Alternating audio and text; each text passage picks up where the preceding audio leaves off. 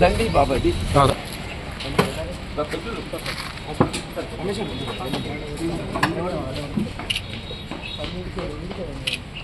బాబు జరుగు బ్రదర్.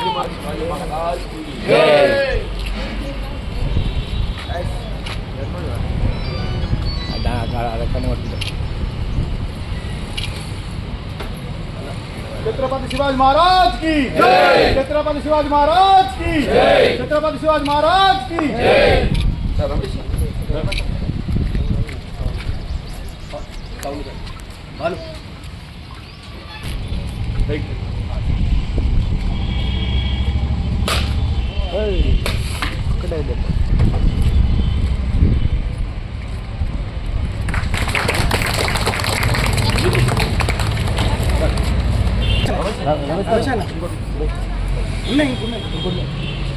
అది బండి ఇంకోటి బండి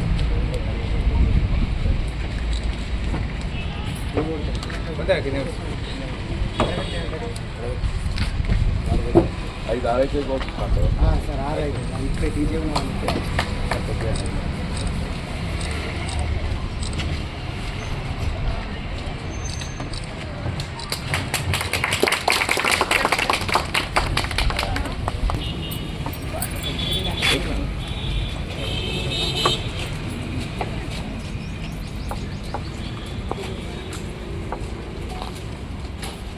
శివాజీ మహారాజ్ గారు అతి పిన్న వయసులో ఆనాడు ఏదైతుందో యావత్ భారతదేశాన్ని మొఘలు సామ్రాజ్యవాదులు విస్తరింపజేయాలని చెప్పని ప్రయత్నం చేస్తున్న తరుణంలో ఎదిరించి పోరాడి వాస్తవంగా మొఘలు సామ్రాజ్యవాదుల సైన్యం ముందు మనం శివాజీ మహారాజ్ గారి యొక్క సైన్యం అతి చిన్నదిగా చెప్పాలంటే తప్పదంటే కేవలం ఆయన గెరిల్లా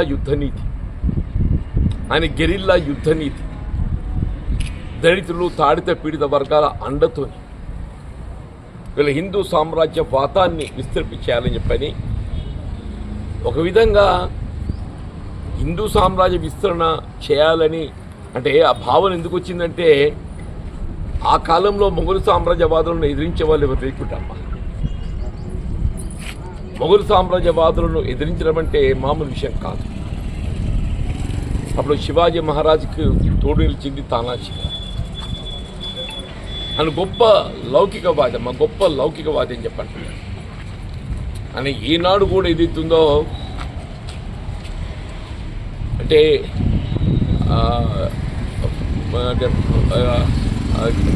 గెలుపు అనేది ఏదైతున్నదో ఒక ఆత్మవిశ్వాసంతో ముందుకు పోయినటువంటి ఒక గొప్ప మరి రాజనీతిజ్ఞుడు అని చెప్పక తప్పదండి. అని చెప్పానంటే ఆయన మొఘల్ సామ్రాజ్యవాదులను ఎదిరిస్తూ హిందూ సామ్రాజ్యవాదిగా పేరు గడించినప్పటికీ ఆయన సైన్యంలో ఏదైతుందో మొత్తం అనేక తర్ఫీదు పొందినట్టుగా ముస్లిం యోధులు కూడా ఉంటారని చెప్పండి. అంటే ఆయన లౌకికవాది అని చెప్పడానికి ఏదైతుందో కుల మతాలకు అతీతంగా అందరినీ ఐక్యం చేసి కేవలం ఆనాడు ఏదైతుందో ఆయన మొఘల్ సామ్రాజ్యవాదుల విస్తరణను అడ్డుకోవటమే ఆయన లక్ష్యం ఎంచుకుంటే చెప్పండి. ఢిల్లీ ఎర్రకోట మీద దాడికి పోయేప్పుడు ఏదైతున్నదో గోల్కొండ మహారాజు ఆయన కూడా ముస్లిం రాజు. ఆయనకని ఏదైతుందో ఆయన రాజనీతిజ్ఞతతోని ఆ గోల్కొండ మహారాజు యొక్క అండదండలో పొందే ప్రయత్నం చేసి అందువల్ల మన హిందూ మతంలో ఏదైతుందో అంత గొప్ప రాజనీతిజ్ఞుడిని గమనించ బాబు చెప్పండి. ఇవాళ మనం భారత రాజ్యాంగం బాబాసాహెబ్ బిఆర్ అంబేద్కర్ గారు మనకు అందించిన ఒక రాజ్యాంగాన్ని మూలం మరి ఆనాడు తాడిత పీడిత వర్గాలకు అంటగా నిలిచినటువంటి శివాజీ మహారాజ్ గారు అని చెప్పక తప్పదు. ఆయన ఒక కులం ఒక మతం అని చెప్పని కాదు. మరి అటువంటి యొక్క శివాజీ మహారాజ్ గారిని తలుచుకోవటము ఇవాళ మనందరి గౌరవం అని చెప్పండి. ఆయన తలుచుకోవటము యావత్ హిందూ సమాజానికి గౌరవంగా నేను పేర్కొంటున్నాను చెప్పండి.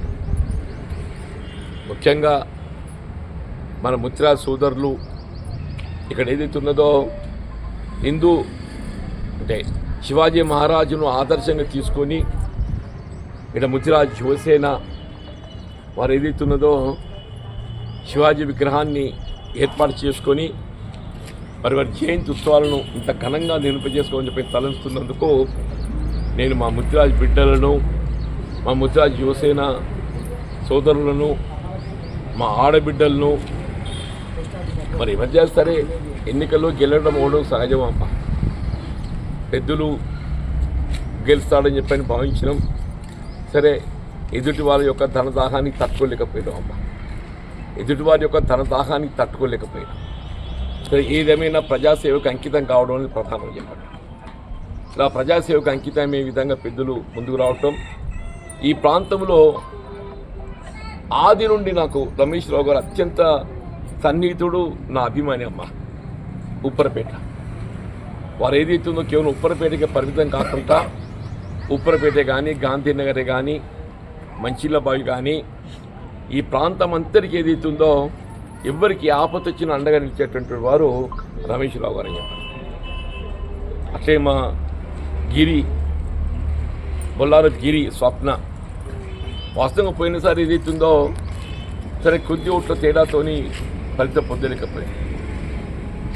ఈరోజు ఆయనకు కాంగ్రెస్ టికెట్ లభించకుండా కానీ ఏదైతున్నదో ఏ విధంగా పెద్దలకు ఆశాభంగం జరిగిందో అయినా కానీ ఏమాత్రం ఆత్మస్థైర్యం జరగకుండా కేవలం మన అంబేద్కర్ యువమిత్రులు, దళిత సోదరులు, అల్పసంఖ్యాక వర్గాలు, అమీనాబాద్ అందరి అండదండలతోని ఇవాళ మొత్తం జగిత్యాలను అతిపెద్ద మెజార్టీని గెలిపించారు. ఇవాళ మా తోపారం రజనీకాంత్ ఇక్కడ వాస్తవంగా ఏదైతుందో ప్రభుత్వాలు మారినాయి కానీ ఆయన ఎన్నడూ కూడా మారలేదమ్మా. వీళ్ళందరూ కూడా అవకాశవాదులు ఏదైతుందో ప్రభుత్వాలు మారినప్పుడల్లా మారాలని ప్రయత్నం చేస్తారు. మా మిత్రులు ఎవరు కూడా ఏదైతుందో అవకాశవాదం తావీయకుండా కాంగ్రెస్ పార్టీ జెండా పట్టుకొని పోరాటం చేశారు. అందులో మరి ఎదురొడ్డి నిలిచి పోరాటం చేసింది గిరి గారు.